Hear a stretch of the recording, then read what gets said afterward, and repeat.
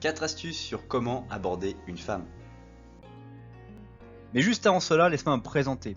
Je m'appelle Ogier Dolé, j'investis mon temps à produire des écrits, des audios et des vidéos pour impacter des milliers de personnes, à trouver la confiance en eux dans leurs relations personnelles. Je t'invite dès maintenant à t'abonner à la chaîne YouTube pour ne pas rater les prochaines vidéos et redécouvrir les vidéos les plus populaires.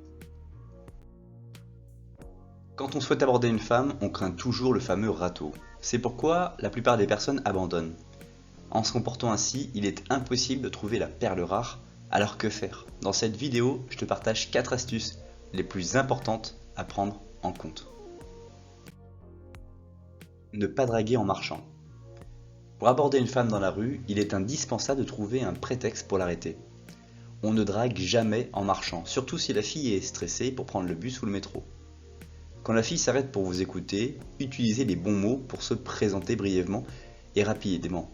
N'oubliez pas les formules de politesse. Certainement quelque chose que tu connais déjà, mais qu'il est vraiment essentiel d'appliquer, de mettre en application dans les interactions que tu vas avoir avec les filles que tu rencontres. De très souvent, toujours arrêter de marcher. Lorsque tu parles à quelqu'un que tu ne connais pas, si tu commences à continuer à marcher, tu vas pas réussir à créer cette connexion. Pense notamment à la manière de faire des mendiants qui savent très bien te faire t'arrêter pour te demander quelque chose. Et une fois que tu vas être arrêté, l'inertie étant coupée, tu vas avoir plus de difficultés à reprendre tes pas pour repartir là où tu dois aller. C'est exactement ce que tu dois faire, c'est casser l'inertie dans laquelle la fille est pour qu'elle s'arrête et qu'elle ait beaucoup de mal à repartir et qu'elle puisse être accessible à tout raisonnement et donc à un raisonnement, une démarche, la tienne, qui est de se faire séduire. Ne pas oublier la tenue. Que l'on aborde la fille dans la rue, au métro ou dans le supermarché, il est indispensable de ne pas négliger la tenue. Il ne s'agit pas de vous porter un costume 3 pièces pour des nanas, mais vous devez faire attention à votre style. Alors très souvent, dans cette explication, on parle aussi de son visage, de sa coupe de cheveux. C'est très bien, mais la vérité, c'est votre langage corporel. Comment vous allez vous comporter, comment votre corps va se comporter dans les environnements que vous fréquentez. Et aussi les vêtements que vous allez choisir. Ils peuvent être très basiques, vous pouvez avoir des couleurs style un t-shirt blanc et un pantalon bleu marine par exemple, mais l'objectif c'est surtout qu'ils soient soignés, qu'ils aient l'apparence d'être extrêmement propre, tout ça pour permettre aux gens qui vous rencontrent de voir que vous êtes quelqu'un de soigné et que vous avez aussi un petit style, si vous pouvez aller un peu plus loin qu'uniquement des basiques, un style et surtout un langage corporel qui soit extrêmement affûté, extrêmement étudié pour vous permettre de montrer aux autres que vous avez une intelligence sociale, une intelligence comportementale que peu de gens parfois ont. Choisir le bon timing.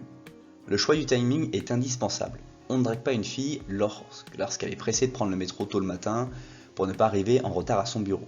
Mais on peut la draguer alors qu'elle est assise dans un jardin en train de lire un livre ou de manger un hamburger. Si vous souhaitez draguer dans le supermarché par exemple, il est préférable d'aller faire vos courses entre 18h et 20h. Donc ça c'est des choses qui sont extrêmement étonnantes parfois pour certains qui découvrent la séduction, mais qui sont tout à fait réelles. C'est-à-dire que lorsque vous allez rencontrer quelqu'un, ne choisissez pas un timing dans lequel la personne est stressée parce qu'elle va être inaccessible à tout raisonnement. Encore une fois, vous devez choisir le bon moment et donc être logique dans votre démarche. Si vous êtes en retard pour aller à un rendez-vous, vous n'avez pas de temps à discuter avec qui que ce soit. Et donc c'est exactement le même principe pour elle. Choisissez d'être conciliant et de choisir des moments dans lesquels elle n'est pas en stress ou elle n'est pas pressée d'avancer là où elle doit aller. Choisir le bon lieu. Pour aborder une femme et l'attirer vers vous, choisissez un lieu où vous vous sentez à l'aise. Le choix du bon endroit vous permet de bien gérer votre stress.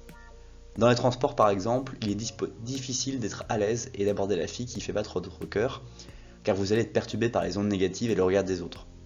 Le choix du bon lieu vous permet de prendre le contrôle de la situation. Si vous n'aimez pas les boîtes de nuit, ne vous forcez pas à y aller.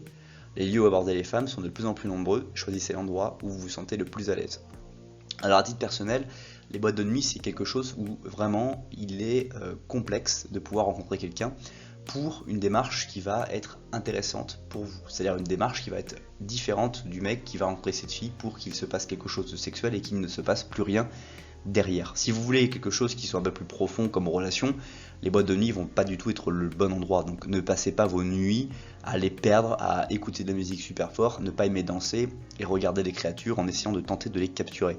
Votre objectif, c'est plutôt de choisir des lieux que vous appréciez fréquenter, comme des cinémas, des associations sportives, des restaurants, peut-être même des bars à des heures de happy hour dans lesquels vous allez pouvoir facilement entretenir des conversations.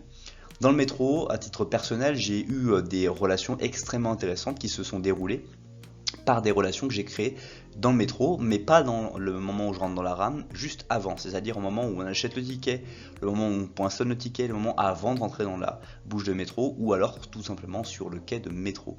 Donc vous avez la possibilité de pouvoir créer des relations, et toujours c'est votre distance que vous allez avoir avec la personne que vous rencontrez qui va faire et qui va formater cette confiance qui va se créer. Et la confiance, il faut la construire progressivement dans les premières minutes de cette interaction, et c'est votre langage corporel, votre manière de choisir les mots, votre manière de faire avec sa disponibilité ou sa méfiance qui va faire que vous allez pouvoir la conquérir ou non.